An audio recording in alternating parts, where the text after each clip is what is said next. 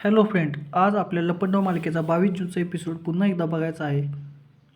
या भागात सर्वात मोठा धक्काच आहे. कान्हा आणि सखीचा कॉन्ट्रॅक्ट फसवणुकीचा केस. सरकारने त्याच्या टेंडरची फाईल चोरून कान्हाच्या सर्व ऑपरेशनचा पुरावा मिळवला. कान्हाने तयार केलेली स्टिंग ऑपरेशन व्हिडिओ फुटेज सर्वांसमोर ठेवली आणि सरकारचा प्लॅन पूर्णपणे फसला. यामुळे सरकारची बदनामी वाढली आणि सखीला वाटलं की ती आता सरकारविरुद्ध लढत आहे. कान्हा सखीला स्पष्ट करतो, सरकारला वाटलं होतं की त्यांच्याकडे सर्व अधिकार आहेत, पण आता त्यांच्याकडे काही नाही. त्यांचा आत्मविश्वास कमी होत आहे. पण तो सखीला खरं सांगतो, आता त्याला दुर्गा बनावं लागेल. त्याच्यामध्ये जेव्हा मुलीला आपल्या जीवावर जगायचं असतं तेव्हा ती नाजूक, कोमल, घाबरलेली राहू शकत नाही. ती मजबूत होऊन आपली वाटचाल करावीच लागते. सखीला हे समजतं की तीही दुर्गा बनली आहे, कारण तिचं आयुष्य आता फक्त तिच्या हातात आहे. सरकारच्या दुष्ट योजना उघडकीस आल्या की सखीने मन थरथरून लागलं. ती विचार करते, जर तिची आई तिच्या आजीविकेची काळजी घेणार असती तर ती कदाचित तिची फसवणूक करीत नसे. पण आता सखीला जाणवते की तिची आई फक्त एक साधी गरीब बहीण आहे. ती जगाच्या चाकांवर चालत असते. सखीचा हा विचार तिच्या मनात खोलवर जाऊन तिला एक नवीन दिशा दाखवतो. कान्हा सखीला सांगतो की सरकारचा पैसा, त्यांच्या एम्पायरची ताकद आणि त्यांचे सर्व साधन पैशांच्या मागे आहेत. त्याने ठरवलंय की हा कॉन्ट्रॅक्ट त्यांच्याच हातात राहील आणि सरकार पुन्हा एकदा हारेल. जर सरकारला हा कॉन्ट्रॅक्ट मिळाला तर त्यांचे सर्व पिलर कोसळतील. पण कान्हा आणि सखीचा विश्वास आहे, ते हा कॉन्ट्रॅक्ट जिंकून सरकारला झटकून टाकतील. दुसऱ्या दिवशी सरकारच्या ऑफिसमध्ये एक मोठी मीटिंग होते. सरकार सर्व एम्प्लॉईजला सांगते की हा कॉन्ट्रॅक्ट अत्यंत महत्त्वाचा आहे. ती म्हणते, जर हा कॉन्ट्रॅक्ट आपल्याकडे राहिला नाही तर आपण सर्व नष्ट होऊ. ती सर्वांना चेतावणी देते, पण कान्हा त्यांचा आश्वस्त करतो, हे फक्त एक टेंडर आहे आणि जर आपण सर्वजण एकत्र काम केले तर आपण हा टेंडर जिंकू. कान्हा सर्व एम्प्लॉईला समजावतो, टेंडर जिंकल्याने फक्त पगार वाढणार नाही तर कंपनीचा मोठा फायदा होईल. तो त्यांना सांगतो की हा कॉन्ट्रॅक्ट जिंकला तर एम्प्लॉईला मोठा फायदा होईल आणि सर्वांच्या भविष्याचा मार्ग उजाळेल. त्यांच्या शब्दात आत्मविश्वास आणि दृढ निश्चय भरलेला असतो. तो म्हणतो, आम्ही जर हा कॉन्ट्रॅक्ट जिंकला तर कंपनी फक्त टिकून राहणार नाही तर ती मोठी होईल. सखी कान्हाच्या बोलण्यानं प्रभावित होते. ती अजूनही संशयाने विचारते, सरकार नेहमीच आपल्यावर दबाव टाकते, परंतु आपण कसे यशस्वी होऊ? कान्हा तिला उत्तर देतो, आपण फक्त आपल्या क्षमतांवर विश्वास ठेवून पूर्ण मनाने काम केले तर यश आपल्याच पायांवर उभं राहील. सखीला हे शब्द जड वाटतात, पण तिला जाणवते की हा टेंडर जिंकणे त्याच्या सर्वांच्या भविष्याचा आधार आहे. शेवटी सरकार सर्व एम्प्लॉईजना बोलवते. कोणीही काम करणार नाही, तुम्ही सर्वजण एकत्र काम करा आणि हा टेंडर जिंका. सखी आणि कान्हा दोघेही एकत्र येऊन सर्वांच्या मनात आशा जिवंत करतात. सखी विचारते, हे टेंडर जिंकल्यावर आपण काय मिळवू? कान्हा उत्तर देतो, आपण फक्त आर्थिक लाभच मिळवणार नाही तर आपली कंपनी मजबूत होईल आणि सरकारला पुन्हा एकदा पराभव करणार. ही सर्व चर्चा आणि योजना सर्व कर्मचाऱ्यांपर्यंत पोहोचते आणि सर्वजण एकत्र काम करण्याची तयारी करतात. सखीचा आत्मविश्वास वाढतो आणि तीही जाणते की तीही दुर्गा बनली आहे, एक ताकदवान स्त्री जी आपल्या स्वप्नांसाठी लढत आहे. हा भाग आपल्याला दाखवतो की जरी सरकारने चोरी केली असली तरी धडी आणि एकत्रित प्रयत्नामुळे आपण सर्व अडचणींवर मात करू शकतो. पुढील भागात आपण बघू हा टेंडर कसा जिंकला जाईल आणि कान्हा व सखीचा प्रवास कसा उलगडेल. परशुराम, जो एका मोठ्या कंपनीचा एक्झिक्युटिव्ह मॅनेजर होता, त्याच्या आयुष्य अचानक दोन जागांमध्ये विभागलं. एकीकडे तो ऑफिसच्या टेबलवर बसून टेंडर रिपोर्ट तयार करतो तर दुसरीकडे तो घरी फरशी पुसतो, भांडी धुतो, लादी साफ करतो. त्याला हे दोन्ही कामं आवडत नाहीत, पण त्याच्याकडे इतर काही पर्याय नाहीत. त्याची सखी मीना आणि तिचा बॉयफ्रेंड कान्हा दोघेही त्याच्या या दुहेरी जीवनावर हसू लागले होते. तू इथे एक्झिक्युटिव्ह आहेस, इथे घरकाम करतोस, काय चाललंय? मीना नेहमीच त्याच्याशी चिडचिड राहायची, पण तीही जाणत होती की परशुराम हातातली ही स्थिती फक्त एक लहानशी चूक नाही. एक दिवस कंपनीच्या बोर्डरूममध्ये एक मोठा टेंडर जाहीर झाला, पण हा टेंडर थेट सरकारकडून येणार होता आणि त्याच्या मागे लपलेली एक मोठी योजना होती. सरकारला हवे होते की फाईल चोरून ती कशी तरी दुसऱ्या कंपनीला विकावी, जेणेकरून त्याचा फायदा जास्तीत जास्त होईल. पार्थिवकडून परशुरामला ही फाईल मिळाली, पण त्याला माहीत नव्हते की ती फाईल कशी मिळवायची. त्याने विचार केला, मी जर ही फाईल मिळवली तर मी माझी पदवी परत मिळवू शकतो आणि मी माझी बहीणही सुरक्षित ठेवू शकतो. त्याने सरकारच्या पायावर हात ठेवला, त्याच्याबरोबर हात जोडला आणि मनापासून विनंती केली, सरकार, मी तुमचा सर्वात विश्वासू माणूस आहे. मला हा टेंडर द्या. मी तुम्हाला फक्त एक चांगला परिणाम देईल. सरकारने ते मान्य केले. पण त्याचवेळी परशुरामला एक कठीण निर्णय घ्यावा लागला. त्याने त्याच्या सखी मीना आणि कान्हाला घाबरून विचारले, तुम्ही मला मदत कराल का? मी हा टेंडर मिळवून माझी स्थिती परत मिळवू इच्छितो. मीना हसून म्हणाली, काय करायचे? तुम्ही फाईल चोरीला तर आम्ही ही मदत करू. कान्हा थोडं संकोचतो, पण शेवटी त्याने मान्य केले. बघ, मी तुला फक्त एकच गोष्ट सांगतो, सरकार कधीही कोणत्याही कामाचा थेट मार्ग वापरत नाही. ती नेहमीच लपून कामे करते आणि तिची भीती हीच आहे की कोणीही तिच्या योजना उघड करेल. परशुरामला आता एकच गोष्ट करायची होती, ते म्हणजे फाईल मिळवणे. तो ऑफिसला गेला, टेंडरची फाईल घ्यायची योजना तयार केली. परंतु त्याच्याबरोबर एक मोठी अडचण देखील होती. मीना आणि कान्हा दोघेही त्याच्या मागे राहून त्याला सावध करत होते. परशुराम, हे काम खूप धोकादायक आहे. जर आपल्याला पकडले तर काय होईल? मीना विचारली. आम्ही फक्त एक छोटा भाग घेऊ, पण जर सरकारला कळलं तर आपण सर्व नष्ट होऊ, कान्हा म्हणाला. परशुरामचे डोळे मोठे करून उत्तर दिले, मी फक्त एक टेंडर मिळवू इच्छितो. माझी स्थिती परत मिळवू आणि माझी बहीण सुरक्षित ठेवू. मी इथेच थांबणार नाही. मी ही फाईल मिळवून सर्वांना दाखवेन की मी काय करू शकेन. त्याने सर्वांना आत्मविश्वास दिले.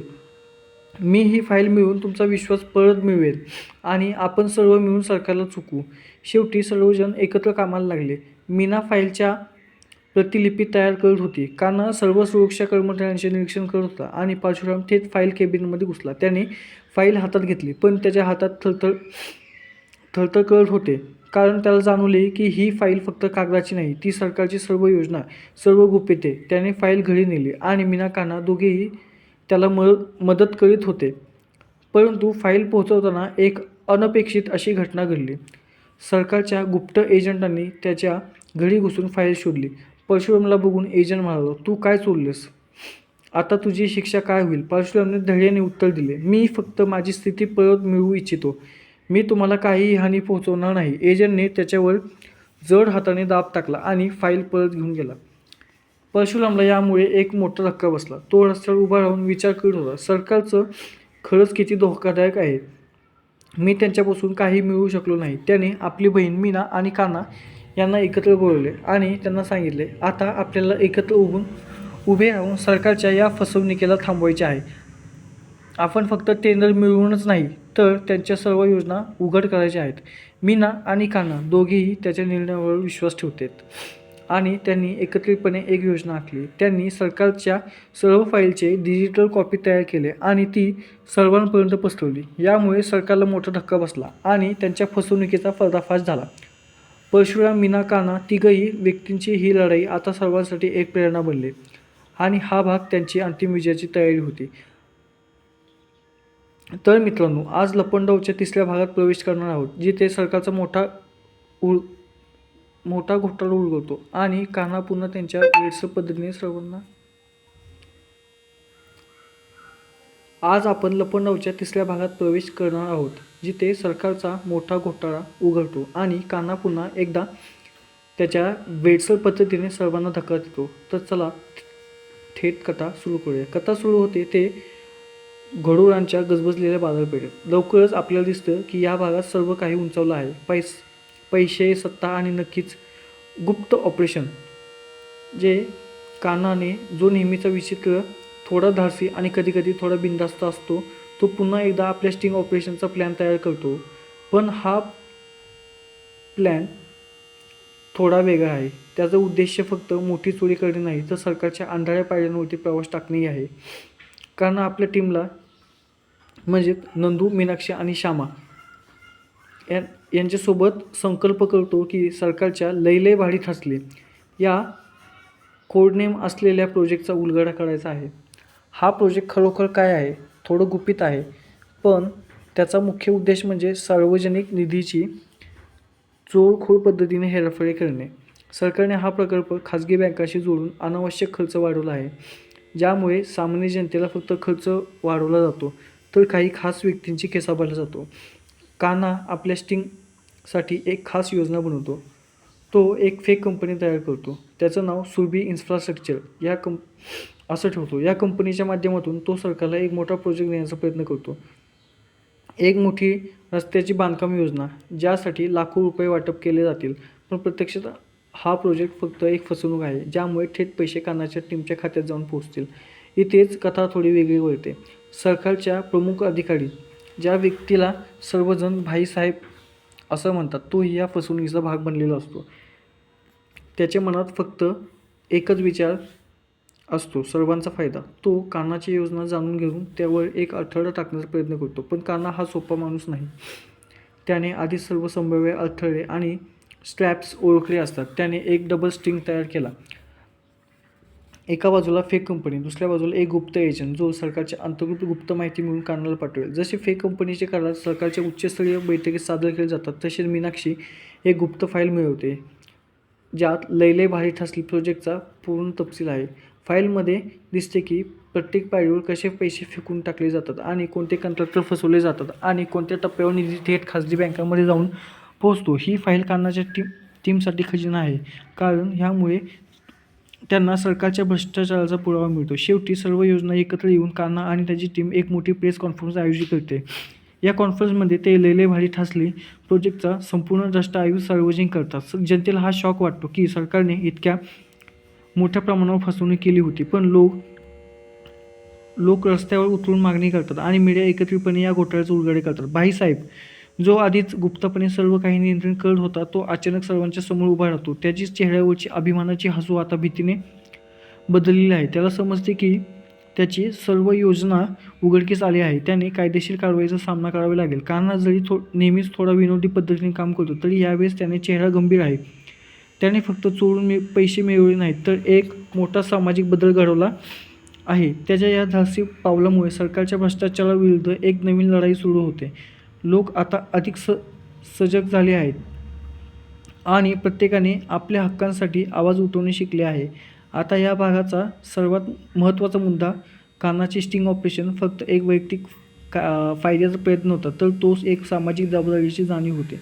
त्याने दाखवून दिले की जर आपण सर्वजण एकत्र उभे राहिलो तर कोणतीही सत्ता आपल्याला दडपवू शकत नाही. आणि हीच लपंडावाची खरी भावना आहे, जिथे प्रत्येक लपलेलं सत्य उघड होऊन प्रकाश येते. जर मित्रांनो, हा भाग आपल्याला दाखवतो की भ्रष्टाचाराची किती खोलवर पसरलेला असू शकतो, पण योग्य पद्धतीने आणि धैर्याने आपण त्याचा नाश करू शकतो. कान्हाच्या पुढील पावलांबद्दल आणि लपंडावाच्या नवीन एपिसोडबद्दल उत्सुक राहा.